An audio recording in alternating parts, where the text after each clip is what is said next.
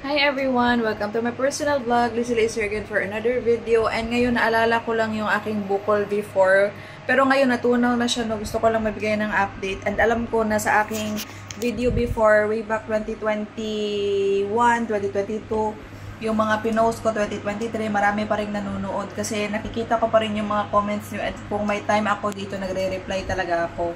So gusto ko lang ngayon pag-usapan, no? Dahil nga nagluto ako ngayon ng itlog. Eh nakita ko yung itlog kasi nasabi ko doon sa aking video.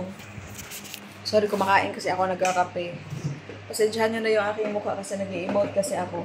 So, naalala ko kasi itong, nasabi ko kasi nung mga video ko noon na yung bukol ko is napakalaki. Kasing laki ng itlog. So, ito yung pinakamaliit na itlog na nakita ko dito sa Hong Kong. Pakita ko sa inyo. Ayan. Ako, hindi naman ako malaking babae, maliit lang ako, pero alam niyo ba yung aking boobs is malaki. 36 yung size ng aking suso, 36B yung cup ko, yung 38 nga sinusuot ko pa din, kaso lang, hindi lang siya, maluwang na siya sa likod, pero dito sa suso talaga kasya. Ito yung maliit na itlog. Basta pinakamaliit ito sa regular na itlog. So, pero parang masyado ring malaki. Maliit dito ng konti, ganon ka laki yung aking bukol. Ganyan. So imagine niyo yung boobs ko, yung bra ko walang foam, hindi ako naglalagay ng, hindi ako nagsusuot ng bra na may foam. Kasi nga malaki na yung boobs ko, hindi ko na kailangan yun. Tapos ito nga yung insecurity ko kasi nga malaki nga yung boobs ko, ayoko sana, so wala na tayong choice. 'Di ba? So, gusto ko lang ipakita sa inyo kung gaano kalaki yung aking bukol. At natunaw talaga siya na hindi ako nag-undergo ng operation. Lagi ko itong nami-mention dati eh. Bakit ko sinasabi na sobrang laki yung bukol ko na kasing laki ng itlog? Kasi pag naligo ako, nakikita ko siya. Ito, boobs ko na talaga to. Oh. Boobs ko na talaga yan, hindi yan bra. Yung bra ko nasa ilalim. So, nakita nyo itong itlog na to. Pero parang hindi naman ganito talaga kalaki. Parang half nito. Ganyan. Ganyan kalaki yung bukol ko sa suso. Dito sa aking left side. O, dito sa aking left side. O, dito siya sa left side. So, bakit ko ba sinasabi lagi na mukhang kasing laki ng itlog ng manok, yung pinakamaliit, yung aking bukol? Dahil pag naliligo ako, syempre tinanggal mo yung bra mo. Maligo ka, nakikita ko talaga yung bakat. Nakakatakot talaga. Tapos syempre nagsabon-sabon kang ganyan. Mahahawakan mo talaga yung bukol. Tapos syempre pag naligo ako, wala akong bra. Nakikita ko talaga tong ganitong bakat, oh. Bumabakat talaga siya dito. Syempre yung boobs natin naglulus.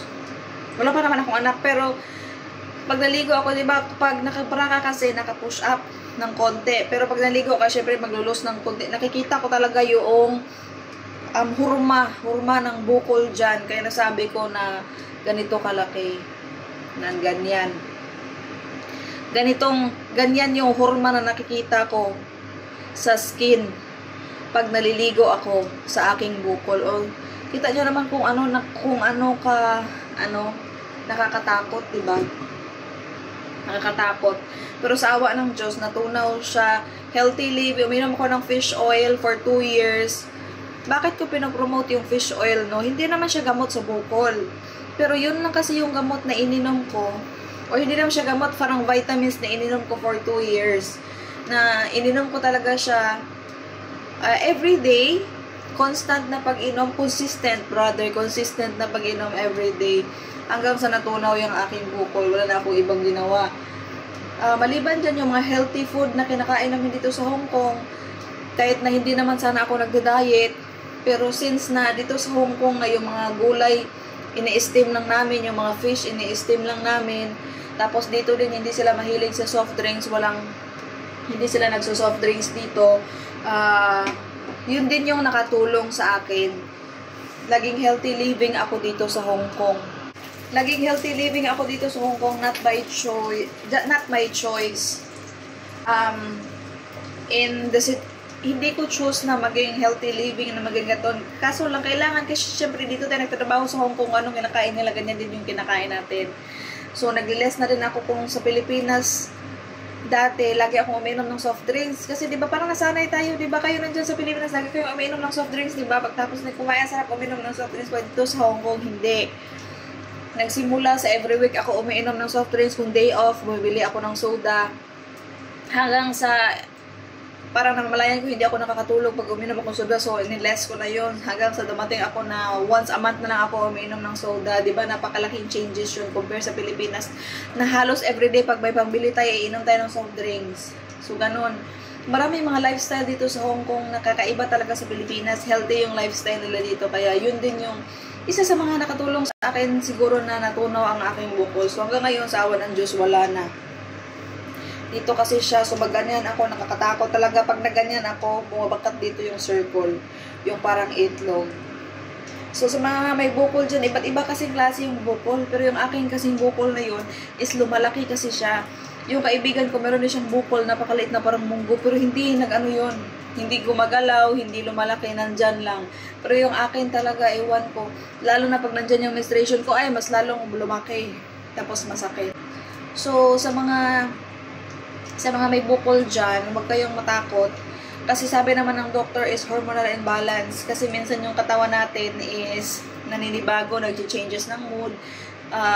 Pag nag-change, meron mga bukol-bukol daw na tumutubo. And kahit nga sila na doktor, hindi nga nila ma-predict or hindi nga nila maiwasan na magkaroon din ng bukol. Natural lang daw yun, 80% out of 100% na women prone talaga sa pagkakaroon ng bukol. So, sa mga may bukol dyan, nakakatakot naman talaga, sobrang takot. Kaya ako nung nagkabukol ako, grabe talaga, grabe yung depression mo, everyday na anxiety mo, na hindi ko lang alam na everyday kumikirot siya. Pero sa peace, sa isip ko din, baka sa isip ko lang, syempre iniisip mo lagi, lalo na pag nag-iisa ka, naisip ko talaga yung pamamatay ako, ganito, cancer, tapos lagi lumalabas sa newsfeed mo, may mga cancer yung mga kakilala, mga ganun, nakakatakot talaga. Pero be positive lang kayo. Magpa-check up pa din sa doktor kasi yung doktor talaga nakakaalam kung ano kasi pinag-aralan na nila yan eh. Marami naman mga herbal medicine. Sumubok din kayo ng mga herbal medicine. Pero yung mga herbal medicine kasi pang matagalan yun. Pang matagalan na gamutan.